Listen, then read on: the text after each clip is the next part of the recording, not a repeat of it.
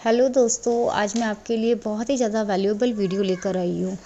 दोस्तों, जिससे भी बात की जाए सभी लोग प्रॉब्लम्स फेस कर रहे हैं कि बच्चे कहना नहीं मान रहे हैं, बच्चे बिल्कुल बात नहीं सुनते हैं, पढ़ते नहीं हैं, हस्बैंड वाइफ की नहीं बनती है, आपसी अनबन है घर में, कलेश ख़त्म नहीं हो रहा है, मैं कितना भी क्यों ना कमा लूँ लेकिन घर में बरकत ही नहीं हो रही है। तो हर बंदा इन प्रॉब्लम्स को फेस कर रहा है आज। तो सोचा क्यों ना हम इसी पर एक वीडियो बना ली जाए।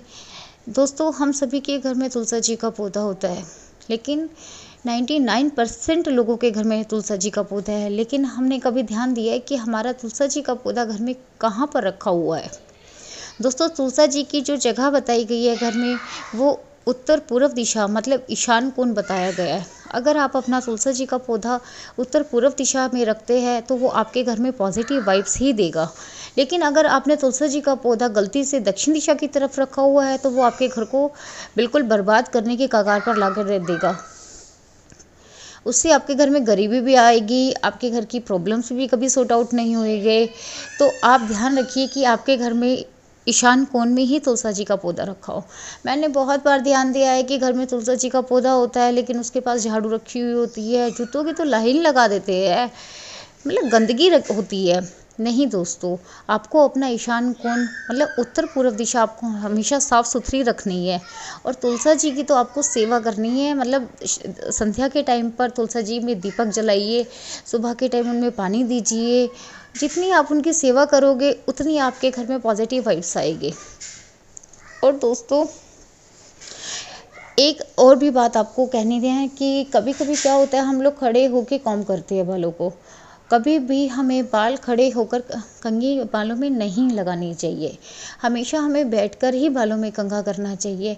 आपने कभी ध्यान दिया है कि ड्रेसिंग टेबल के साथ हमेशा एक स्टूल आता है?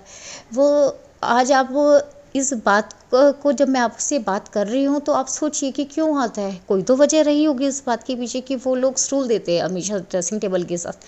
तो दोस्तों, ड्रेसिंग के साथ जो स्टूल आता है वो इसीलिए आता है कि बैठ के आप मेकअप कीजिए, बैठ के ही आप बालों में कंघी कीजिए।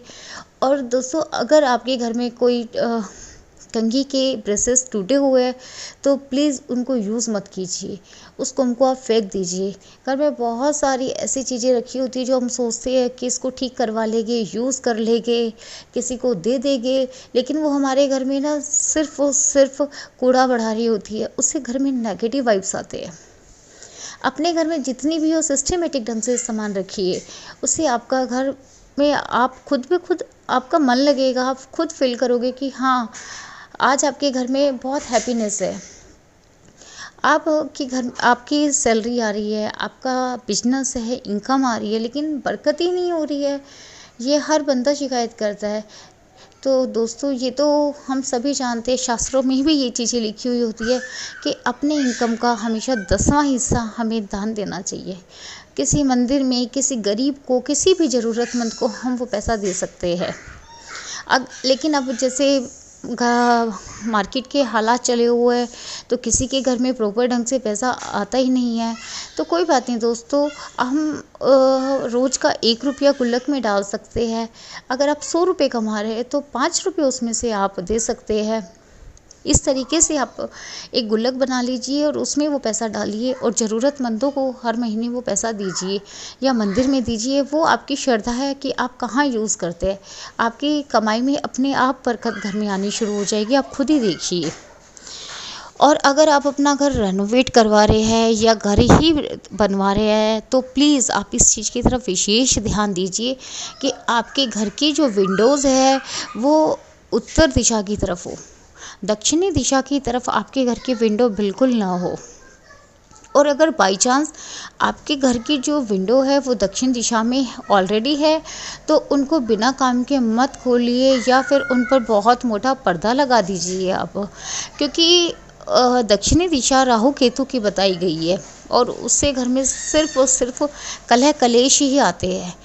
और अगर आपके घर की दिशा उत्तर है, मतलब अगर आप विंडो उत्तर दिशा में खोल रहे हैं, उत्तर दिशा हमेशा धन की दिशा बताई जाती है, उससे आपके घर में सुख, शांति, सौहार्द आप खुद ही फील करोगे कि आ रहा है।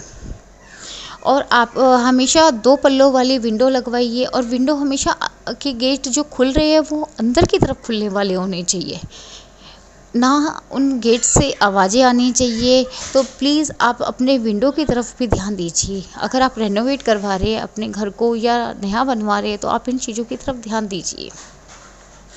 और अगर दोस्तों आपको ये वीडियो पसंद आया तो प्लीज़ कमेंट सेक्शन में हमें ज़रूर बताइए।